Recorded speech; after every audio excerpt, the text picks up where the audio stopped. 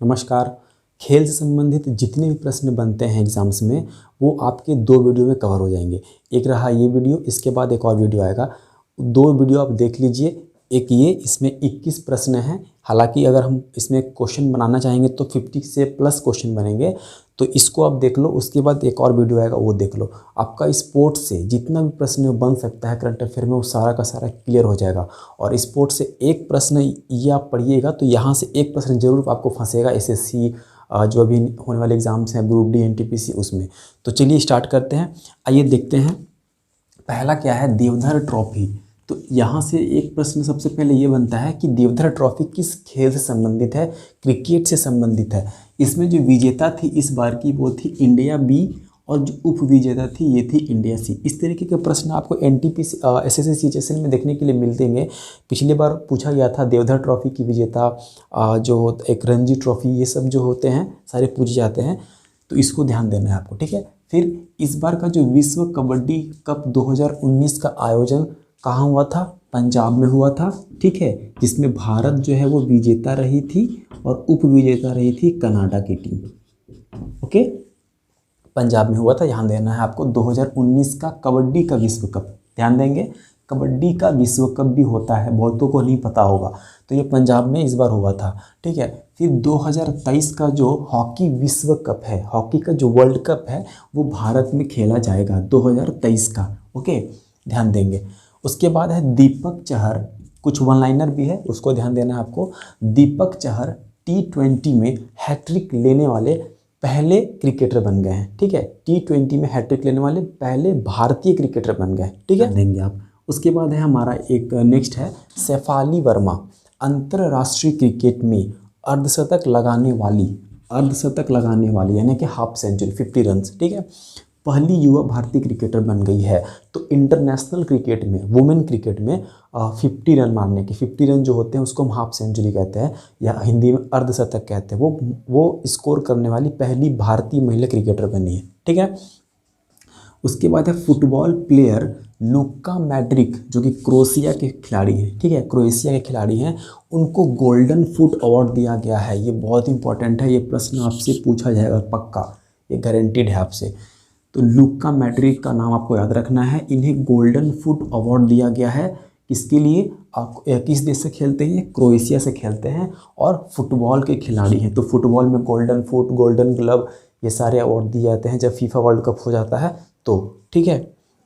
Next है हमारा PETA India 2019 person of the year, ठीक है, ये दिया गया है आपको विराट कोहली को। ओके, उसके बाद है सैयद मुश्ताक अली ट्रॉफी 2019-20। तो सैयद मुश्ताक अली किस खेल के लिए खेला जाता है? तो क्रिकेट। पहला प्रश्न तो ये बन गया आपका।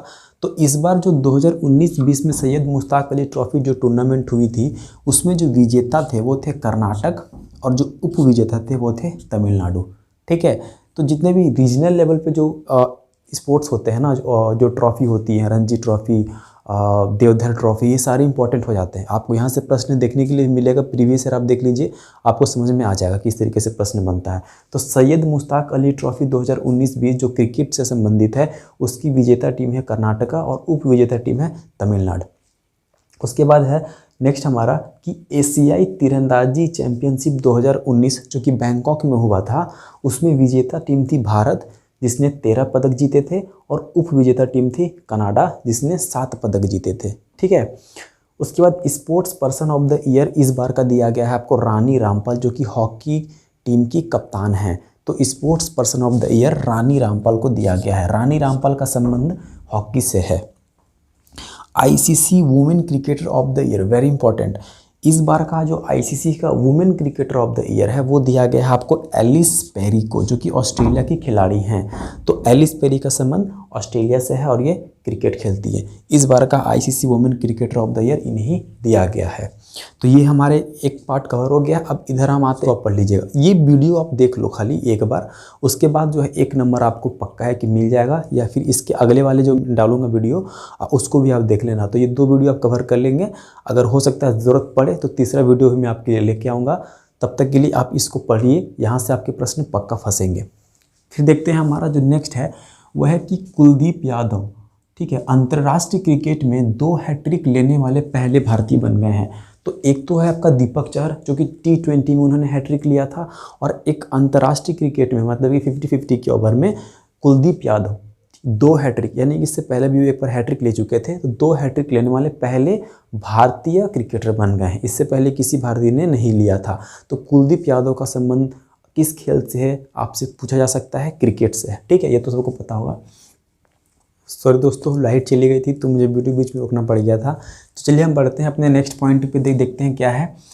हम ये देख रहे थे, ठीक है, टेस्ट क्रिकेट में सबसे ज़्यादा 7000 रन बनाने वाले खिलाड़ी कौन है? तो स्टीव स्मिथ। ठीक है, ये ऑस्ट्रेलिया के खिलाड़ी हैं। नेक्स्ट है हमारा वाडा का फुल फॉर्म भी कभी कभी पूछा जाता है। तो वाडा का फुल फॉर्म है आपका वर्ल्ड एंटी डोपिंग एजेंसी। इनका काम ये होता है कि जो खिलाड़ी खासकर ओलंपिक में जो कोई मेडिसिन लेते हैं अपनी स्ट्रेंथ को बढ़ाने के लिए, किस तरीके का ड्रग्स लेते हैं, किसी तरीके कोई इंजेक्शन लेते हैं, तो उनको ये देखती है। ठीक है, तो उन्हीं को ये जो पूरा क्रिकेट है, या जितने भी स्पोर्ट्स हैं, खासकर जितने भी एथलीट हैं, उन पे ज़्यादा इनकी नज़र होती है। अब तो क्रिकेट में भी ये घुस चुके हैं, मतलब अब क्रिकेट में भी कोई अगर इस तरीके की हरकत करती है तो उसको भी ये देखेगा वाडा। ठीक है, वर्ल्ड एंटी डोपिंग एजेंसी। तो वर्ल्ड एंटी डोपिंग एजेंसी ने इंटरनेशनल स्पोर्ट्स से रसिया को 4 साल के लिए बैन कर दिया। ऐसा इसलिए किया क्योंकि रसिया के जो खिलाड़ी हैं वो बहुत ही ज़्यादा जो दवाइयों का इस्तेमाल करते हैं, इस वजह से उनको 4 साल के लिए बैन कर दिया गया है। तो आपसे पूछा जा सकता है कि अभी हाल ही में वाडा ने किस देश को इंटरनेशनल स्पोर्ट से 4 साल के लिए बैन किया है? तो रसिया आपको याद रखना है। उसके बाद है ICC अंडर 19 क्रिकेट विश्व कप 2020 जो इस बार हुआ था, उससे संबंधित प्रश्न आपसे पूछे जा सकते हैं। ठीक है, तो देख लेते हैं हम। विजेता टीम थी इस बार की बांग्लादेश और उप विजेता टीम थी भारत। तो ये प्रश्न तो आपसे पक्का पूछा जाएगा क्योंकि भारत यहाँ पे हार गया था फाइनल में, और बांग्लादेश मेरे ख्याल से पहली बार T20 वर्ल्ड कप जीती है। तो बांग्लादेश विजेता रही थी और उप विजेता थी भारत। आयोजन हुआ था इसका दक्षिण अफ्रीका में, साउथ अफ्रीका में इसका आयोजन किया गया था अंडर 19 क्रिकेट वर्ल्ड कप का। ध्यान देंगे, under 19 ICC under 19 cricket world cup. उसके बाद नेक्स्ट है हमारा 2020 तीसरे खेलो इंडिया यूथ गेम्स। आप अगर 2018 का SSC का पेपर देखेंगे तो उसमें आपसे यह प्रश्न पूछा गया था कि खेलो इंडिया गेम्स का पहला जो आयोजन है वो कहाँ हुआ था। फिर उसके नेक्स्ट शिफ्ट में ये पूछा गया था कि कौन सा स्टेट जो है वो सबसे ज़्यादा मेडल लाया था। तो ये प्रश्न आपके लिए इंपॉर्टेंट है, इसको आप ध्यान रखेंगे। 2020 तीसरे खेलो इंडिया यूथ गेम्स का आयोजन हुआ था आपका असम गुवाहाटी में। प्रथम स्थान रहा था महाराष्ट्र का। ठीक है, शुभंकर है इसका, जय एवं विजय। तो शुभंकर भी आपको याद रखना है। साथ ही साथ कौन सा जो राज्य है वो टॉप किया था, प्रथम स्थान पे था महाराष्ट्र। उसके बाद है खेलो इंडिया यूनिवर्सिटी गेम्स 2020। तो यूनिवर्सिटी को लेके भी खेलो इंडिया गेम जो है वो आयोजन कराती है। तो इससे संबंधित पॉइंट हम यहाँ पे देख लेते हैं। खेलो इंडिया यूनिवर्सिटी गेम्स 2020 का आयोजन 22 फरवरी से 1 मार्च के मध्य भुवनेश्वर में, जो कि उड़ीसा में है, वहाँ पे आयोजन इसका किया गया। ठीक है, तो खेलो इंडिया यूनिवर्सिटी गेम्स का आयोजन सिंपली आपको याद रखना है कि उड़ीसा भुवनेश्वर में किया गया। उसके बाद अर्जुन मुंडा जो कि झारखंड के पूर्व मुख्यमंत्री हैं, वर्तमान में उन्हें तीरंदाजी संघ का अध्यक्ष नियुक्त किया गया है। ठीक है, ये झारखंड के हैं, झारखंड के मुख्यमंत्री भी रह चुके हैं। तो इन्हें जो है वो तीरंदाजी संघ का अध्यक्ष चुना गया है। झारखंड की एक बहुत ही फेमस तीरंदाजी प्लेयर है दीपिका कुमारी। ठीक है, तो इसको भी आप याद रखेंगे। उसके बाद है world Games athlete of the year का अवार्ड रानी रामपाल को दिया गया है। रानी रामपाल वही हैं जो कि यहाँ पे हमने भी पढ़ा था, जिनको sports person of the year भी दिया गया है। और रानी रामपाल हॉकी की प्लेयर हैं और भारतीय हॉकी टीम की कप्तान भी हैं। तो इन्हें World Games athlete of the year भी World Games athlete of the year के अवार्ड से नवाजा गया है। फिर हमारा लास्ट है but not the least, World Games hall of fame में टाइगर वुड्स को शामिल किया गया है। टाइगर वुड्स शायद आपको नहीं पता होगा, ये बहुत ही फेमस हैं, गोल्फ खिलाड़ी हैं और ये बहुत ही रिचेस्ट प्लेयर अपने समय में हुआ करते थे। तो इनका फोर्ब्स में नाम भी आया करता था। तो टाइगर वुड्स को हॉल ऑफ फेम में शामिल किया गया। ठीक है, तो टाइगर वुड्स का संबंध गोल्फ से है। ये प्रश्न भी कभी कभी बनता है, आप प्रीवियस से लगाइएगा तो आपको मिल जाएगा कि टाइगर वुड्स का संबंध किस खेल से है। तो ये गोल्फ खेलते हैं। ठीक है, तो ये जो प्रश्न था ये एकदम जो इम्पोर्टेंट है, जो मतलब एग्जाम्स में आने के काफ़ी ज़्यादा चांसेस हैं, उनको ही मैंने यहाँ पे कवर किया हुआ है। इसके बाद एक और पार्ट आपको आएगा, उसको भी आपको देखना है। उसके बाद आपका स्पोर्ट्स से जो कि डाउट होता है, करंट अफेयर का जो सेक्शन है ना स्पोर्ट्स का, वो क्लियर आपका हो जाएगा। ठीक है, तो मिलते हैं फिर इसके नेक्स्ट वीडियो में। अगर अब अच्छा लगा हो तो चैनल को लाइक और सब्सक्राइब जरूर कर लीजिएगा, साथ ही साथ बेल आइकन को प्रेस कर लीजिएगा, और कोई डाउट हो तो कमेंट करके ज़रूर पूछिएगा। धन्यवाद।